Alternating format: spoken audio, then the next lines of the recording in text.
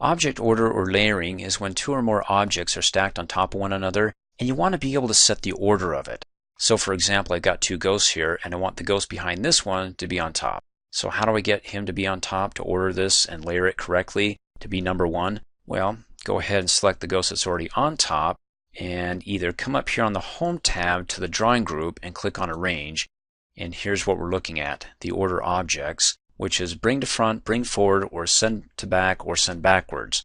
What's the difference between front, forward, back, and backwards? Well, it's by all or by one layer.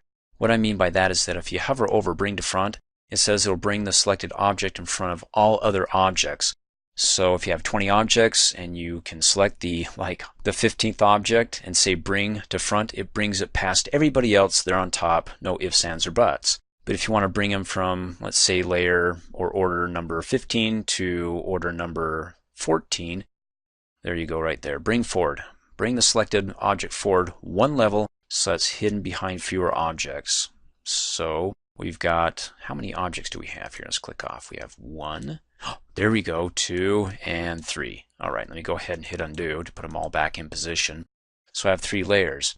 So if I can go ahead, and it looks like that little ghost head there is on layer number 2, but I want the ghost that's behind that one that's on layer number 3 to come forward one layer, I'd have to select him, or I can go ahead and select the one that's in front and push him back, well, depending upon how far back I want him to go and how many are behind him that I want to bring to the front. It's a little bit fun to do this, but I'll show you an easier way in just a minute. Let's go ahead, and with this ghost selected, you can either, like I said, come up here on the Home tab, go to the drawing group, and click on Arrange and say, okay, this ghost we're going to send to back, all the way to the back, behind everybody, in which case that one who used to be at the back, which was this ghost right here, is now on layer number 2, and the ghost who was at layer number 2 is now number 1. So you can do that, or you can go ahead and let's select him and put him back one layer. And that's by coming up here on the Home tab to the drawing group and again selecting your options there, or you can come up here and click on the Format tab. It's also available here but not all listed together.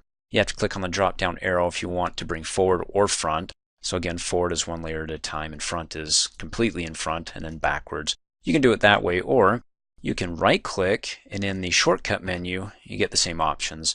You just have to go ahead and there you go, hover over it, bring to front. And then it gives, well, you got to be kind of fast here, front or forward here, and then send to back. And so I can send him, whoops, you got to be fast here.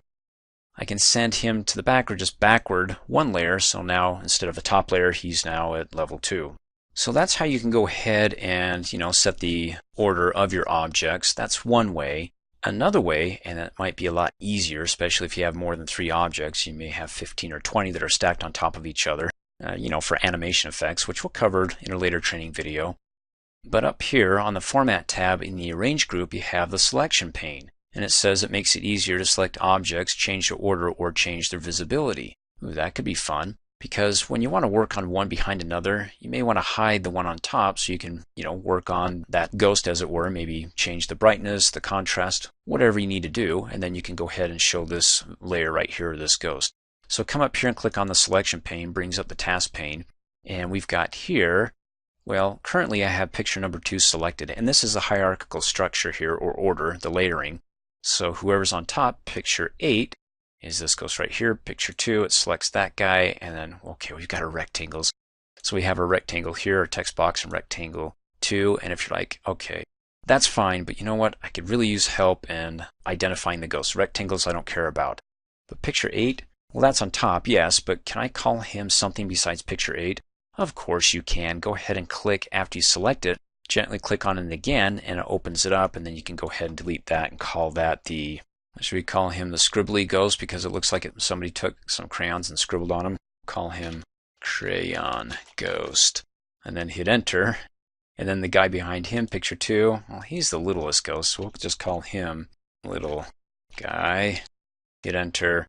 And then the final picture here, and then go ahead and click on it. We'll call him, well, his color is just all white and black, so we'll just call him the White Ghost here.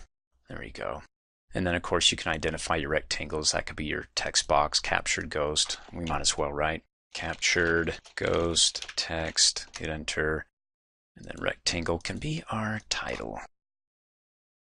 There you go. Makes it easier here. So you can go ahead and easily select who you want to work on. Like if I want to work on the little guy, if I'm out here, I'm trying to select him. Okay, this guy's in the way of the crayon ghost. And so to get to the little guy, I can select him here, but still, if I want to hide the crayon ghost, you get the little eye option here. You can click on him to hide him, and then you get full access. You can work on him there. And then, of course, you can go ahead and click on him to bring it back up. And that looks like an eye. And when you punch the eye, you close the eye. And so you can no longer see anybody. So you can go ahead and do that. Now, as far as the layering goes, if I want the little guy to be on top, click and hold and drag your mouse up. And now the little guy's on top. Well, let's move him down. Click and drag and move him down. And then you can punch everybody in the eye to hide them all. Or there you go, hide all. And then you can bring more objects, reposition them, and then go ahead and say show all.